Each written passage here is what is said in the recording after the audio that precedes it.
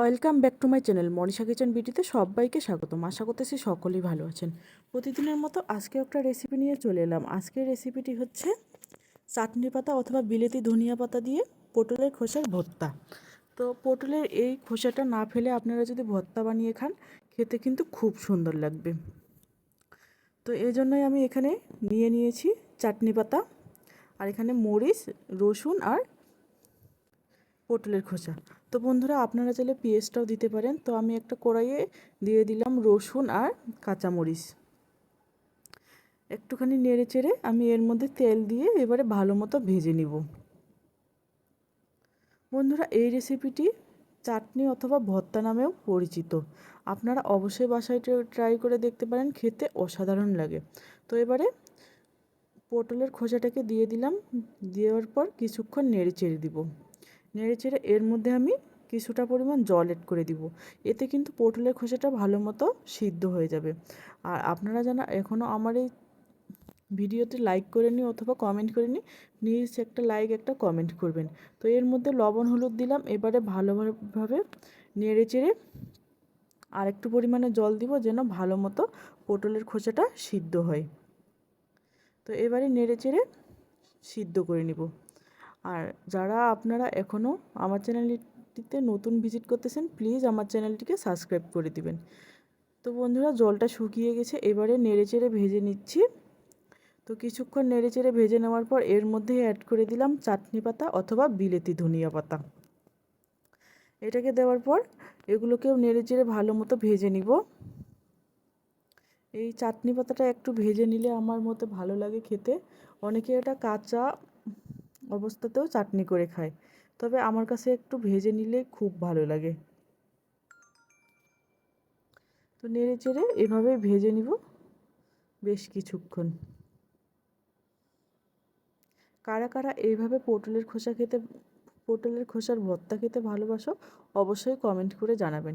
আপনারা চাইলে কিন্তু খোসাটাকে কুচি কুচি করেও কেটে নিতে পারেন। আমি যেরকম করে পটল থেকে খোসাটা ছাড়িয়ে নিয়েছি ওরকম করেই দিয়ে ভেজে নিচ্ছি এবারে। তো আমার ভাজা প্রায় কমপ্লিট। চাটনি পাতাটাকে দেওয়ার পর বেশিক্ষণ ভাজতে হয় না, অল্প কিছুক্ষণ ভেজে নিলে হয়ে যায়। তো বন্ধুরা, এবারে কড়াই থেকে শিলপাটার মধ্যে বেটে নিয়ে নিব। আর অবশ্যই কিন্তু শিলপাটায় বাটতে হবে। এখানে মিক্সিতে বাটলে কিন্তু ভর্তাটা তেমন একটা স্বাদ আসে না, তাই শিলপাটায় বেটে নিতে হবে। তো আমি সব উপকরণগুলোকে শিলপাটার মধ্যে নিয়ে নিলাম। এবারে ভালো মতো বেটে নিব, যেন গোটা গোটা না থাকে সেদিকে খেয়াল রাখতে হবে। আর এরকম পাটায় বেটে ভর্তা আমার কিন্তু সেই লাগে বন্ধুরা। আপনাদের কেমন লাগে? আর আপনাদের যদি ভালো লাগে একটা লাইক করবেন, একটা কমেন্ট করবেন। যদি খুব ভালো লেগে থাকে একটা শেয়ার করে দিবেন। আর যারা এখন পর্যন্ত সাবস্ক্রাইব করতে ভুলে গেছেন, প্লিজ আমার চ্যানেলটিকে সাবস্ক্রাইব করে পাশে থাকা বেল আইকনটি প্রেস করে দিবেন। এতে কিন্তু আমার ভিডিও ছাড়া মাত্র আপনাদের কাছে নোটিফিকেশন চলে যাবে। তো আমার একবার বেটে নেওয়া হয়ে গেল। আমি এখানে আরেকবার করে বেটে নিব, যেন ভর্তাটা একেবারে মিহি হয়। আর এটা মিহি হলে কিন্তু খেতেও খুব ভালো লাগবে।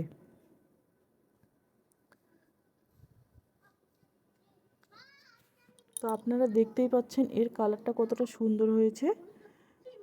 বাড়িতে এরকম করে পটল রান্না করে যদি খোসাটা বেঁচে যায়, এটা দিয়েও সুন্দর এরকম ভর্তা রেসিপি করতে পারেন। তো আমার বেটে নেওয়া হয়ে গেল। এবারে আমি এক জায়গায় করে নিব।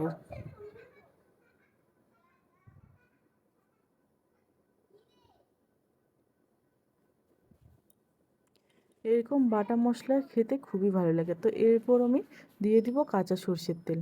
কাঁচা সরষের তেল দেওয়ার পর এই ভর্তাটা কিন্তু সম্পূর্ণ হলো। তো এবারে নেড়ে চেড়ে আমি একটা প্লেটের মধ্যে তুলে নিব। আর এই পাটার মধ্যেও কিন্তু ভাত খেতে খুবই ভালো লাগে বন্ধুরা। আপনারা চাইলে কিন্তু এটা তুলে নেওয়ার পর পাটায় যে বাকি ভর্তাটুকু লেগে আছে এটার মধ্যে ভাত মেখে খেতে পারেন, খেতে অসাধারণ লাগে। তো ভর্তা আমার একেবারেই তৈরি।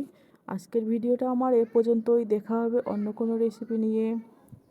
ততক্ষণে আপনারা ভালো থাকবেন, সুস্থ থাকবেন। আর এতক্ষণ আমার পাশে থাকার জন্য আপনাদেরকে অনেক অনেক ভালোবাসা, এভাবেই সাপোর্ট করবেন। Thank you for watching my video.